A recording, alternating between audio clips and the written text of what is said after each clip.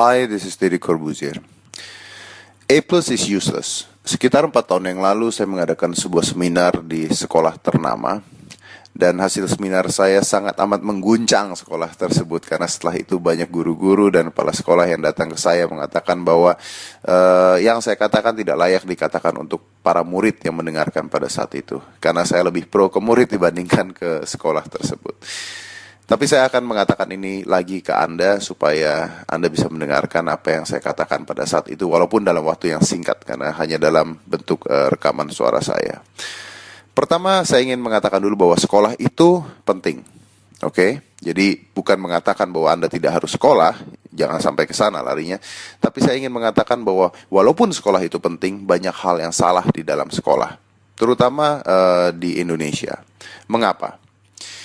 Begini saja. Anda pasti tahu bahwa banyak sekali anak-anak yang jelek nilai sekolahnya atau tidak baik di sekolah, tapi besarnya bisa sukses. Sedangkan anak-anak yang sukses di sekolah, saya tidak mengatakan mereka tidak bisa sukses, tapi banyak sekali yang akhirnya kerja menjadi pegawai biasa. Kenapa hal itu bisa terjadi? Karena masa depan tidak ditentukan oleh sekolah. Kalau Anda lihat bahwa apa sih yang ingin dibentuk oleh sekolah? Menurut saya hanya satu. Sekolah ingin membentuk anak-anaknya untuk menjadi guru. Ya. Jadi guru matematika ingin membuat anak-anaknya menjadi guru matematika. Guru sejarah ingin membuat anak-anak yang belajar menjadi guru sejarah. Begitu juga dengan guru-guru lainnya. Anehnya, kalau kita ambil seorang guru, ambil saja guru matematika, lalu kita berikan dia tes tentang geografi, saya berani yakin bahwa guru matematika tersebut tidak bisa menguasai geografi. Atau guru kimia, kita tes seni rupa, saya yakin guru kimia tersebut tidak bisa melakukan tes seni rupa atau nilainya jelek. Atau guru seni rupa, kita tes olahraga, pasti dia juga tidak bisa olahraga dengan nilai baik. Lalu mengapa kalau guru-guru tersebut tidak bisa melakukan hal yang lain dengan baik, tapi murid-muridnya dipaksakan untuk mendapatkan semua nilainya baik? Aneh kan? Kalau gurunya saja hanya menguasai satu mata pelajaran, mengapa semua murid harus menguasai semua mata pelajaran? Ya, mungkin untuk dasar katanya. Tapi toh ternyata ketika sudah dewasa, sang guru pun sadar bahwa dia tidak menggunakan atau tidak memerlukan semua ilmu pelajaran yang diberikan pada saat dia kecil. Ya tidak. Karena pada dasarnya tidak ada manusia yang bisa sempurna di dalam segala hal. Begitu juga dengan murid-murid. Murid-murid tidak akan bisa menguasai semua hal secara baik. Dan banyak sekali pelajaran-pelajaran yang diberikan dan tidak akan digunakan ketika Anda dewasa. Contohnya begini saja, mempelajari peta buta.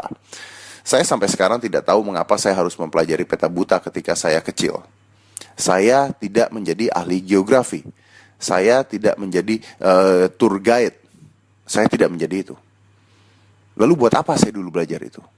Kalau saya ingin menjadi seorang tour guide atau saya ingin menjadi seorang ahli geografi, mungkin saya harus mempelajari hal tersebut. Atau menghafalkan nama-nama gubernur, menghafalkan nama-nama wali kota. Sedangkan wali kota atau gubernur berganti setiap berapa tahun sekali. Jadi sangat amat tidak masuk akal menurut saya. Saya tidak tahu pelajaran sekarang masih atau tidak menghafalkan nama-nama tersebut. Dulu pada saat saya masih sekolah di SMP atau SMA saya lupa, guru akuntan saya mengatakan pada saya, karena nilai akuntan saya jelek. Kalau nilai akuntansi kamu jelek, Dad, kamu tidak akan bisa menjadi orang sukses.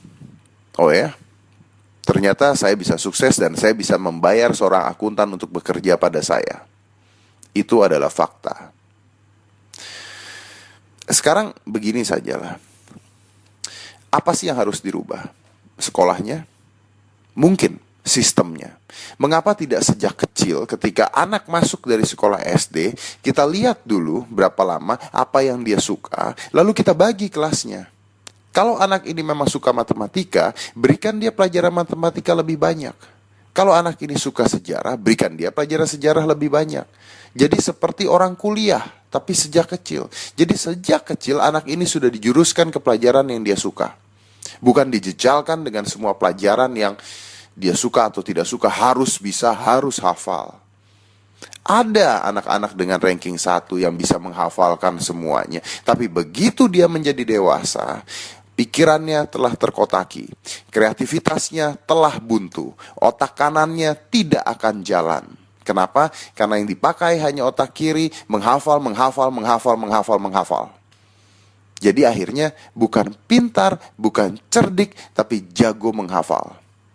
Menghafal rumus matematika, menghafal sejarah, menghafal peta buta, dan sebagainya. Dan biasanya anak-anak seperti itu pelajaran olahraganya atau pelajaran seni rupanya pasti jelek, karena otak kanannya tidak akan dipakai.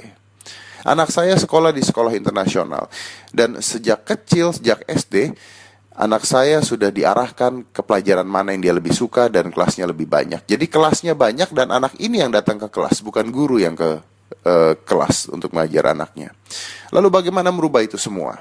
Memang susah karena sekolah pasti tidak akan ingin merubah, butuh tahunan untuk merubah itu. Saya harap satu saat bisa. Tapi sebelum itu bisa, apabila yang mendengarkan suara saya ini adalah orang tua, dengarkan saya baik-baik. Apabila yang mendengarkan suara saya ini adalah anak-anak, minta orang tua Anda mendengarkan suara saya. Sebentar saja. Kalau seandainya orang tua mendukung apa yang anaknya suka dalam mata pelajaran, mungkin dia akan menjadi orang yang lebih berhasil nanti ke depannya. Bagaimana caranya? Begini, pelajaran matematika merah, pelajaran seni rupa bagus. Kenapa yang harus dilesin di rumah adalah pelajaran matematika? Kenapa memanggil guru matematika untuk memberikan les tambahan matematika? Tidak perlu kan? Kenapa tidak dilesin sesuatu yang memang anak itu suka? Kalau anak saya matematikanya jelek, seni rupanya bagus, saya akan lesin dia seni rupa. Supaya bakatnya dikembangkan sejak kecil. Bukan memaksakan hal yang memang dia tidak suka. Kalau seni rupanya jelek, sejarahnya bagus, biarkan seni rupanya jelek. Pelajaran sejarahnya dibantu oleh orang tuanya di rumah, dikembangkan. Memang ada pelajaran-pelajaran yang kalau jelek atau merah Anda tidak naik kelas. Ya, kalau pelajaran seperti itu dibantu supaya dapat nilai secukupnya. Tidak perlu 9, tidak perlu 10. Ingat, nilai pelajaran Anda tidak menentukan masa depan Anda. Nilai UAS Anda tidak menentukan masa depan Anda. Anda ranking 1 di sekolah bukan berarti Anda berhasil menjadi seorang manusia kelak ketika Anda dewasa. Sama sekali tidak berhubungan. Menurut saya. Kuncinya adalah orang tua di sini. Orang tua harus mendukung apa yang anak suka. Kalau ada pelajaran yang jelek, ada pelajaran yang baik, dukung pelajaran yang baik. Jangan memaksakan anaknya untuk mempelajari pelajaran yang jelek sampai dia bagus, sampai dia nilainya 9 atau 10. Tidak penting. Tidak perlu takut untuk mendapatkan nilai jelek. Tidak perlu takut untuk tidak naik kelas. Tidak naik kelas bukan berarti masa depan Anda hancur. Ada loh anak yang sampai bunuh diri karena dia tidak naik kelas. Itu yang hancur masa depannya. Saya pernah tidak naik kelas. Masalah? Tidak sama sekali. Orang tua saya marah pada saya? Tidak sama sekali pada saat itu. Kebetulan orang tua saya mungkin berpikiran luar biasa dan moderat. Dan tidak semua orang tua bisa seperti itu. Tapi itu yang saya harapkan dari orang tua sekarang yang ada di Indonesia. Memberikan dukungan pada anak-anaknya. Tidak memarahi ketika dia pelajarannya jelek. Tidak menghakimi ketika tidak semua pelajaran anak itu bisa menjadi baik. Kita harus mengerti dan mendukung apa yang anak itu suka. Ingat sekali lagi bahwa masa depan anak tidak tergantung dari pintar tidaknya dia di sekolah. Masa depan anak tidak tergantung dari dia naik kelas atau tidak naik kelas. Masa depan Anda juga tidak tergantung dari nilai rapot Anda.